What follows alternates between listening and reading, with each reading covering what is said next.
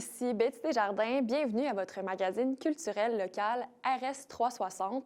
Aujourd'hui, on vous parle de l'exposition Le Monde invisible de Christian Autot, de la Lune avec la conférencière Michèle Potvin et du Centre d'action bénévole de Boucherville. Mais pour commencer, de la campagne Regardez nos vieux jours en face, lancée par l'Alliance du personnel professionnel et technique de la santé et des services sociaux.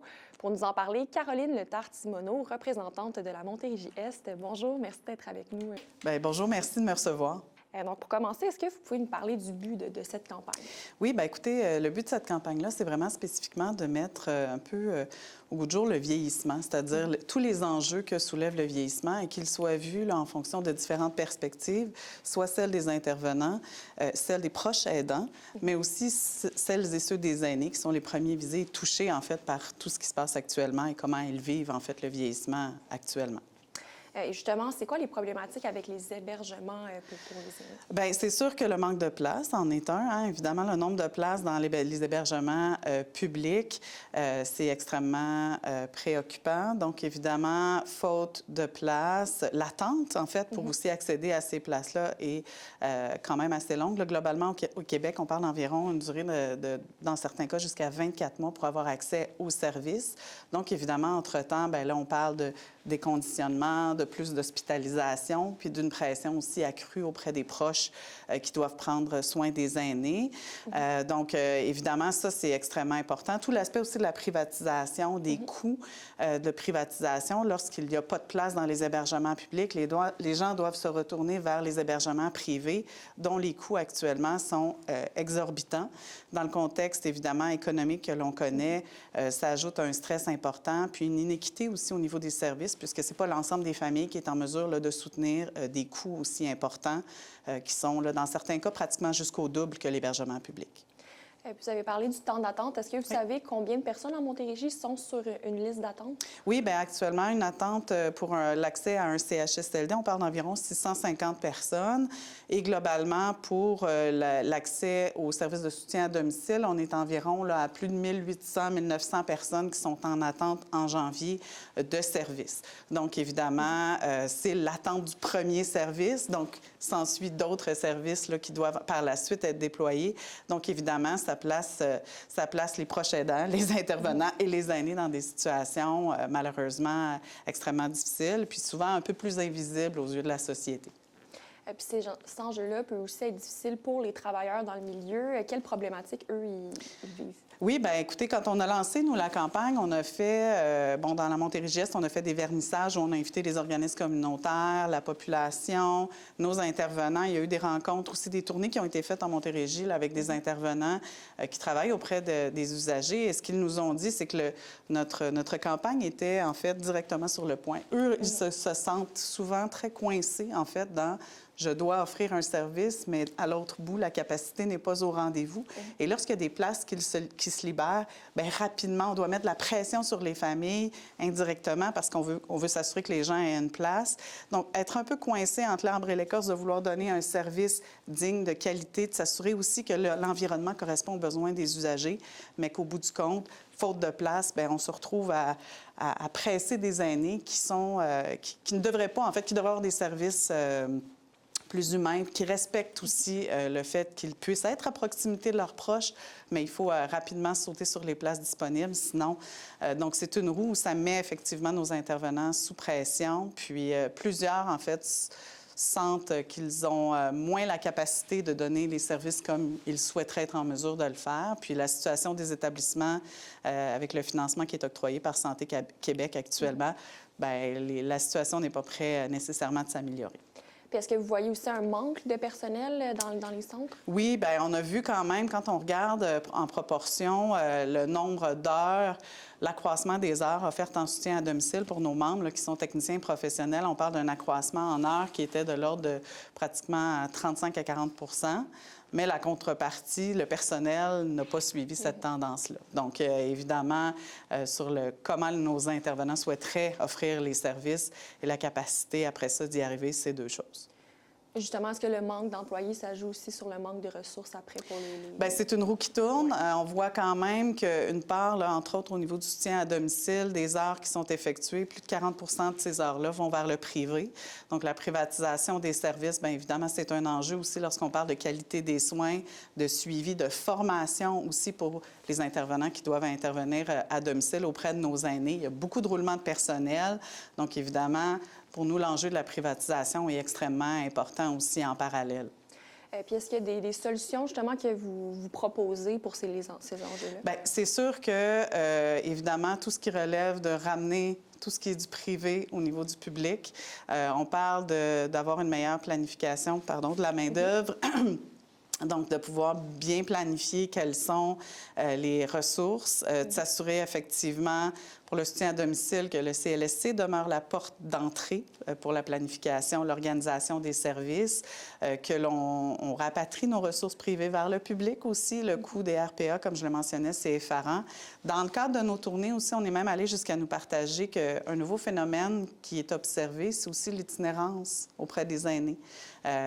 Parce que l'accessibilité à un logement, l'accessibilité à des services s'en trouve diminuée avec des gens qui peuvent avoir des enjeux, qu'ils soient cognitifs ou autres.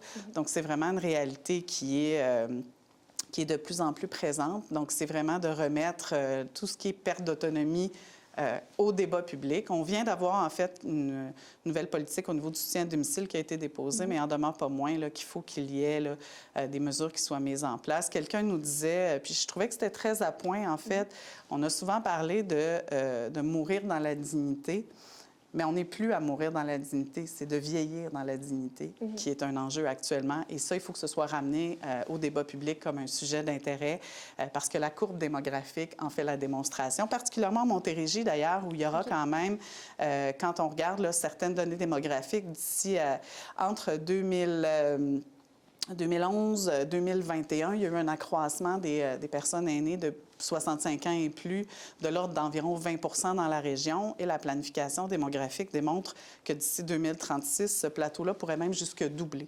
Donc, il faut s'y attarder maintenant, faire les bons choix maintenant pour s'assurer que nos aînés puissent vivre dans la dignité, avoir des services accessibles. Donc, c'est vraiment un enjeu qui nous tient à cœur. Puis, cette campagne-là le reflète en images, en mots. Donc, c'est ce qu'on souhaitait faire. Puis, on nous a confirmé que c'était ce sur quoi on était bien tombé, en fait, dans comment on a élaboré cette campagne-là.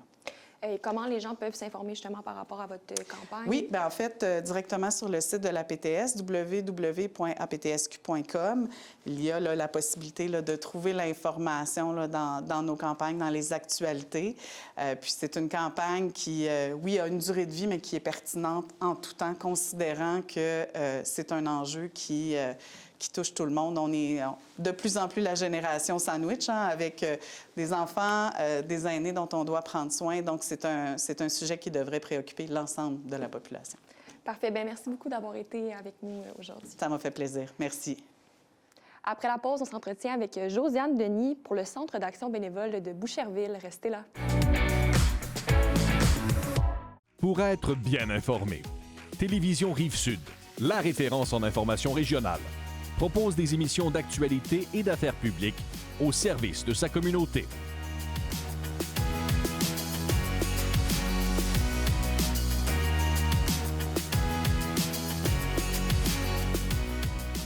TVRS, votre télévision sur la Rive-Sud, sur la chaîne 609 et l'X9, exclusif aux clients Vidéotron et disponible au tvrs.ca.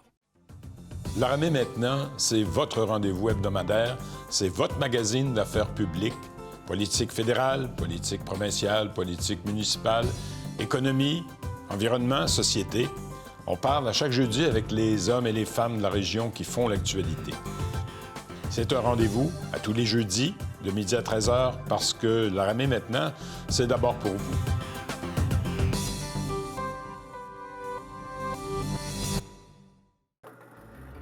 B5, B5. En tout cas, grand-papa, je suis vraiment contente que tu m'as invité à jouer au Télébingo avec toi aujourd'hui.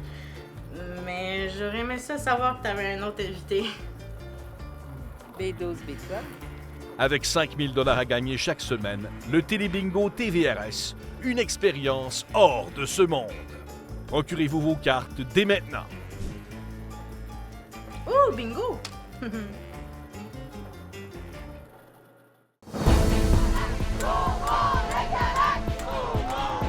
n'a toujours pas eu accès donc, à des résultats de cette enquête. On a un groupe de bons joueurs de hockey qui débarquent à Longueuil cette année. De votre côté, je sais que c'est également le gouvernement.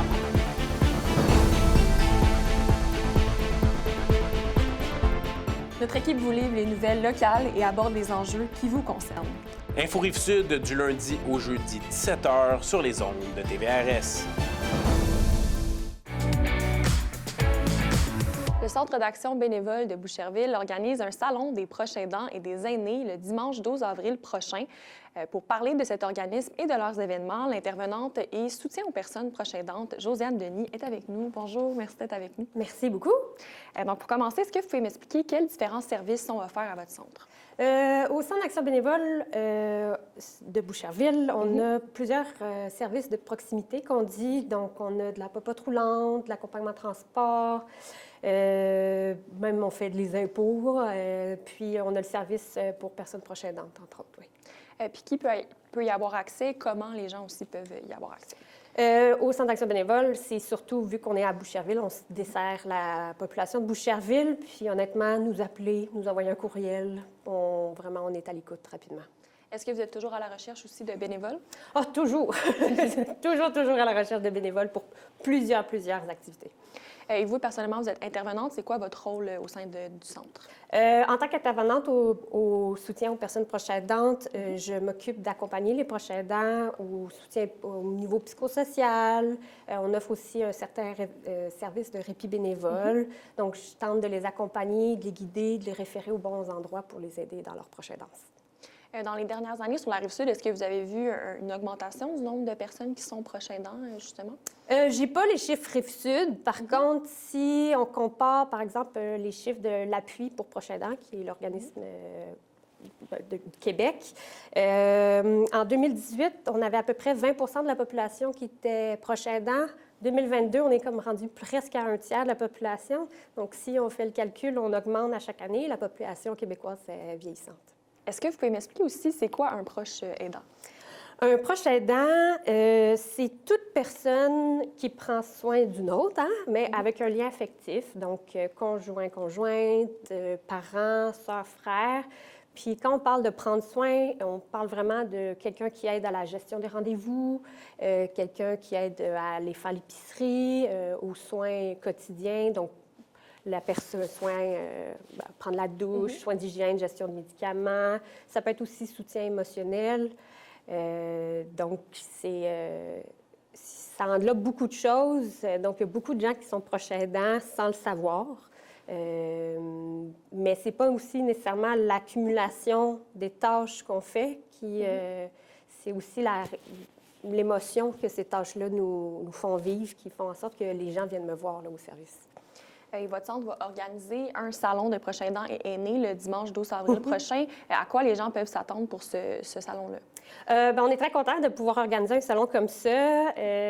Donc, on va avoir des kiosques de partenaires, de services de Boucherville. On va avoir une conférence aussi de Yvon Riendeau, qui est un chargé de cours à l'UQAM en gérontologie et en sexologie. Donc, il va faire une conférence sur la sexualité des 50 ans et plus. On a très hâte.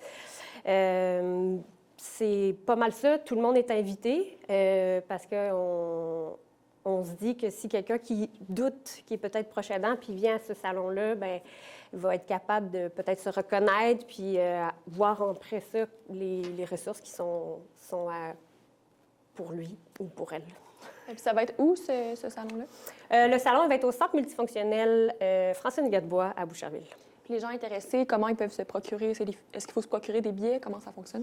Ils peuvent tout simplement nous appeler au Centre d'action bénévole de Boucherville ou aller sur notre site Internet. Il va y avoir un lien d'inscription. Parfait. Bien, merci beaucoup d'avoir été avec nous aujourd'hui. Merci. Donc, après la pause, on s'entretient avec Michel Potvin. Restez là. Vous voulez vendre vos armes à feu usagées? Le magasin technique Chasse-Pêche de Saint-Hubert vous propose un programme de rachat de vos armes au meilleur prix. Les experts de technique chasse et pêche s'occupent de tout, évaluation, transfert de propriété avec les gouvernements et permis. On s'occupe de tout de façon sécuritaire, que ce soit avec le propriétaire des armes ou le mandataire. Obtenez sur place et rapidement une évaluation de vos armes et un rachat immédiat. Technique chasse et pêche, 3395 boulevard Tachereau à Saint-Hubert. B5, B5. Merci beaucoup de m'avoir invité à jouer au Télébingo avec toi ce matin, grandement. Ah, mon plaisir. Mais il fait un peu sombre. Pense qu'on pourrait ouvrir les rideaux? Avec 5 000 à gagner chaque semaine, B12, B12. le Télébingo TVRS, c'est effroyablement captivant pour tout le monde de 18 à 1000 ans. Procurez-vous vos cartes dès maintenant. T'as-tu le B12? Pardon? On n'a toujours pas eu accès donc, à des résultats de cette enquête. On a un groupe de bons joueurs de hockey qui débarquent à Longueuil cette année. De votre côté, je sais que c'est également le gouvernement.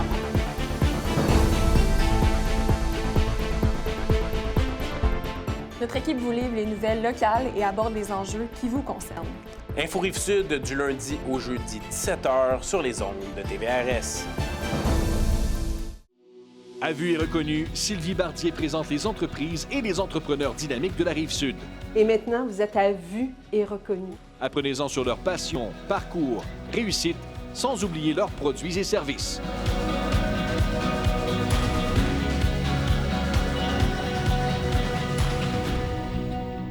Bonne émission! Pour apprendre à connaître les entreprises d'ici, regardez Vue et reconnu les mardis 18h30, seulement à TVRS. Présidente de Saint-Hubert, photographe, conférencière et lunaphile, Madame Michèle Potvin est en studio avec nous aujourd'hui. Bonjour. Bonjour, merci de votre invitation. Donc, tout d'abord, d'où vient le terme lunaphile? En fait, ça vient d'une appellation grecque, lune pour luna, et phil veut dire que tu es une adepte de la lune. Et pourquoi, justement, vous êtes une adepte de la lune? En fait, ça me vient de ma mère qui nous montrait la lune toujours quand on était jeune. As-tu vu le petit bonhomme qui scie du bois? Les deux yeux, le nez, la bouche. Vous avez eu l'inspiration pour votre livre « Quand un rêve devient réalité » lors de votre première participation à l'exposition à la galerie MP Trésor. Donc, qu'est-ce qui vous a inspiré lors de cette journée-là? En fait, la propriétaire de la galerie MP Trésor m'a dit « Tu as tellement de belles photos que ça doit être vu par plus de gens. » Donc, on a décidé de créer ce livre-là, qui était un rêve à moi. Et de quoi vous abordez dans ce En livre? fait, je parle de mon amour pour la Lune, comment est venu cet amour-là pour être capable de dire j'en prends possession, puis je veux que tout le monde comprenne que la Lune, elle est belle, elle est énergisante. Elle a tellement de belles qualités qu'elle peut nous apporter, puis ça nous permet de nous recentrer aussi. Penser aux gens qui sont partis, ça nous donne de l'espoir. Dans ce livre-là, vous avez des poèmes aussi, des photographies? Oui, j'ai des poèmes que je me suis laissée aller un petit peu. J'ai aussi pris le pouls des gens qui ont acheté certaines de mes j'allais dire toiles, mais en fait photographies. Je les laisse parler sur pourquoi ils ont choisi celle-là. OK, intéressant. Où les gens qui sont intéressés peuvent se procurer ce livre-là? En fait, présentement, il est en vente à la librairie À lire sur la rue Saint-Charles. Il est aussi disponible à la galerie MP Trésor et où vous pouvez me contacter directement. Et vous faites aussi, en plus de vos livres, vos photographies, vous faites aussi des conférences. À quoi les gens peuvent s'attendre lors de vos conférences? En fait, j'ai décidé de créer cette conférence « Pourquoi tu es dans la Lune » à la suite de l'exposition que j'ai faite. J'ai écouté les gens, ce qu'ils avaient à dire sur la Lune, puis je trouvais ça intéressant qu'ils en connaissent un petit peu plus, puis aussi de les laisser parler sur c'est quoi leur souvenir avec la Lune. C'est quoi les différents sujets que vous abordez? En fait, il y a 12 sujets. Donc, je parle pourquoi on dit lunaphile, pourquoi la Lune est montante, pourquoi elle est descendante, pourquoi elle a cette couleur-là, pourquoi à telle période c'est un quartier, puis pourquoi à telle période elle est de l'autre côté. Plein de sujets intéressants pour que les gens puissent savoir, reconnaître pourquoi il y a une sourire qui existe. Est-ce que vous en avez fait dernièrement sur la Rive-Sud, des conférences? Oui, j'ai fait une première conférence en novembre à la résidence de Chambly, une résidence de Chambly, RPA. Et ça a été une très belle expérience. Les gens étaient contents d'en apprendre sur la Lune. Et ils en connaissaient aussi, donc c'était le fun parce qu'il y avait une très belle interaction entre moi et le public. Les gens qui sont intéressés à en savoir plus sur vous, sur vos conférences, votre livre, où est-ce qu'ils peuvent... Donc, ils peuvent toujours me suivre sur Facebook, sur Plume Photo 22 ou à mon nom personnel, Micheline Potvin. L'adresse courriel, donc, plumephoto22@gmail.com. Parfait. Donc, merci beaucoup d'avoir été avec nous aujourd'hui. Merci. Et j'aimerais remercier des commanditaires, donc les pharmacies Jean Coutu, Pascal Bouchard à Saint-Hubert et la galerie MP Trésor, ainsi que les éditions MP Trésor qui m'ont aidé pour l'apparition de mon livre, qui sont les commanditaires aussi. Parfait. Merci beaucoup. Merci. Donc, après la pause, on s'entretient avec le photographe Christian Autot. À tout de suite.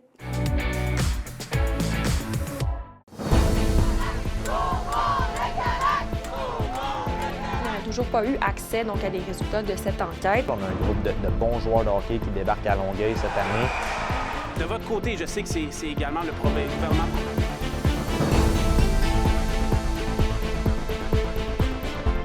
Notre équipe vous livre les nouvelles locales et aborde les enjeux qui vous concernent. Info Rive-Sud du lundi au jeudi 17h sur les ondes de TVRS. À vue et reconnu, Sylvie Bardier présente les entreprises et les entrepreneurs dynamiques de la Rive-Sud.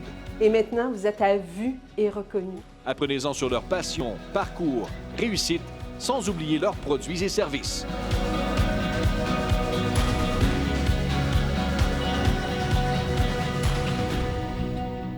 Bonne émission! Pour apprendre à connaître les entreprises d'ici, regardez Vue et reconnu les mardis 18h30, seulement à TVRS. B5, B5. En tout cas, grand-papa, je suis vraiment contente que tu m'as invité à jouer au Télébingo avec toi aujourd'hui. Mais j'aurais aimé ça savoir que tu avais un autre invité. B12, B12. Avec 5 000 $ à gagner chaque semaine, le Télébingo TVRS, une expérience hors de ce monde. Procurez-vous vos cartes dès maintenant. Oh, bingo!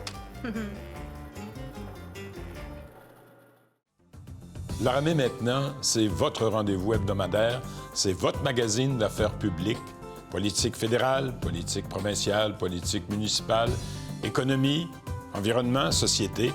On parle à chaque jeudi avec les hommes et les femmes de la région qui font l'actualité. C'est un rendez-vous à tous les jeudis, de midi à 13h, parce que l'Armée maintenant, c'est d'abord pour vous.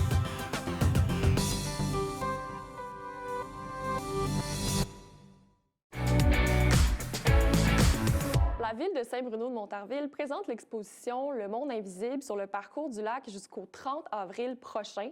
Il s'agit d'un parcours de photos de trous d'eau, comme un étang, un fossé ou le bord de la mer, mais prise au microscope. Pour nous en parler, l'artiste qui a créé cette exposition, Christian Autot. Bonjour, Monsieur Autot, merci d'être avec nous aujourd'hui. Donc, pour commencer, est-ce que vous pouvez nous parler de votre inspiration derrière, justement, votre exposition Le monde invisible? C'est surtout la curiosité scientifique. J'ai étudié en biologie, j'ai commencé à faire de la photo au microscope quand j'étais au secondaire.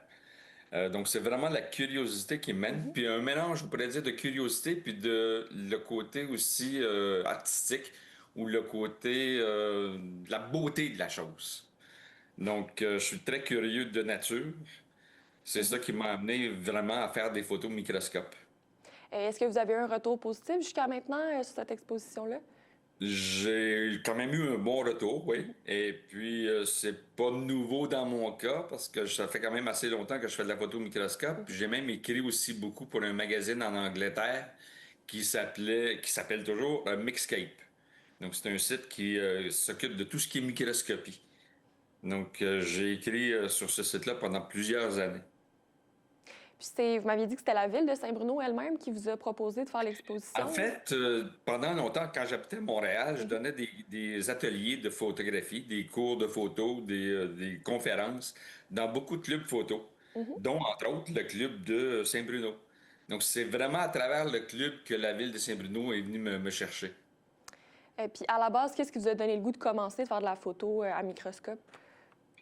comme j'ai dit, c'est vraiment l'amour de la nature, l'amour de la science. Donc, la microscopie, oui, c'est une chose. Ça a été une des phases, qu'on pourrait dire, de ma carrière. Mais j'ai vécu beaucoup par phase. Donc, j'ai eu ma phase photographie d'insectes, j'ai eu ma phase de photographie de minéraux et fossiles. J'ai même travaillé sur 4 livres sur les fossiles du Québec, 2 livres en Afrique du Sud, où j'ai été en Afrique du Sud pendant 3 voyages pour faire des photos de fossiles qui étaient souvent très, très, très petits. Donc, c'est vraiment, comme je dis, c'est une combinaison du côté artistique, du côté esthétique de la photographie et de la science. C'est ça qui m'attire le plus. Et maintenant, vous faites de la photo avec un télescope. Comment ça fonctionne?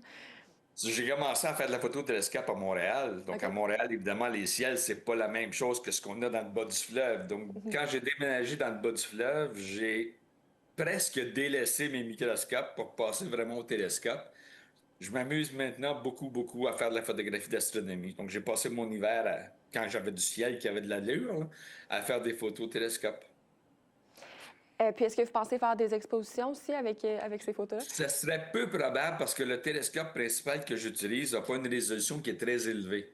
Donc, c'est parfait pour l'Internet, c'est parfait pour mon blog, c'est parfait pour des choses de ce genre-là. Mais pour faire des grandes photos comme on a à Saint-Bruno présentement, ça serait un peu difficile. Puis justement, vous avez parlé de votre blog. Est-ce que vous partagez vos photos là-dessus? À tous les mois, j'écris un blog, j'écris un article. Donc, c'est avec un de mes amis, Pierre, qui, lui, administre le site, mais il écrit aussi occasionnellement quelque chose. Donc, à tous les mois, j'essaie de me trouver quelque chose de neuf à discuter sur le blog. Puis comment les gens peuvent avoir accès à ce blog-là? Le blog s'appelle simplement conseil avec un S, photo avec un S.com, tout en un mot. Tout le monde peut y aller.